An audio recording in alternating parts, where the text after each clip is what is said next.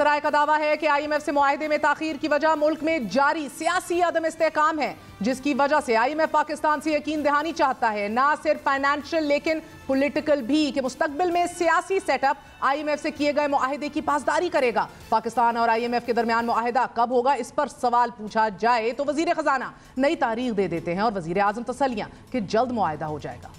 Things are on track. ہر چیز صحیح چل رہی ہے انشاءاللہ جی، پروگریسنگ سیٹسفیکٹری، بڑی جلدی آپ کو خبر اچھی دیں گے جی انشاءاللہ۔ اب IMF سے سٹاف لیول معاہدہ کس تاریخ کو ہوتا ہے یہ کسی کو نہیں معلوم، لیکن وزیر اعظم شہباز شریف نے پریس کانفرنس میں یہ اعلان کیا تھا کہ حکومت کو عوام کی مشکلات کا ادراک ہے اور اسی وجہ سے کفایت شاعری مہم شروع کی جا رہی ہے۔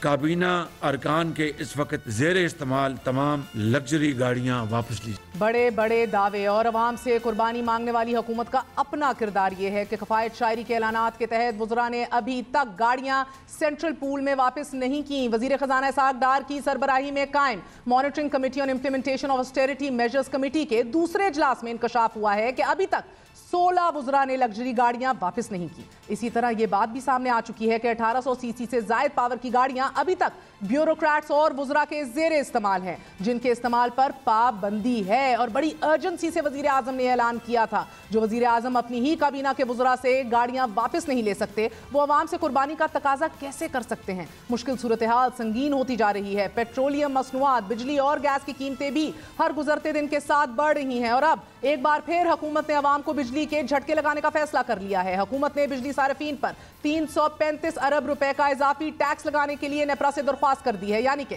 عوام سے 3 روپے 23 پیسے اضافی وصول کیے جائیں گے۔ ایک طرف حکومت کی جانب سے عوام پر بوجھ میں اضافہ ہوتا چلا جا رہا ہے تو دوسری جانب IMF کی سخت شرائط کے بعد پاکستان نے دوست ممالک سے مدد لینے کا فیصلہ کیا ہے، اور گزشتہ روز ہونے والے مذاکرات میں وزارت خزانہ ذرائع نے ہمیں یہ بتایا کہ چین سے 2 ارب ڈالرز کے رول اوور کرنے کے ساتھ ساتھ امریکہ، سعودی عرب، UAE سے بھی مدد مانگ لی گئی ہے، کیونکہ IMF نے پاکستان سے کہا تھا کہ پاکستان 6 سے 7 ارب ڈالرز کی بیرونی فائنانسنگ کی ان رائٹنگ یعنی کہ تحریری طور پر توثیق حاصل کرے۔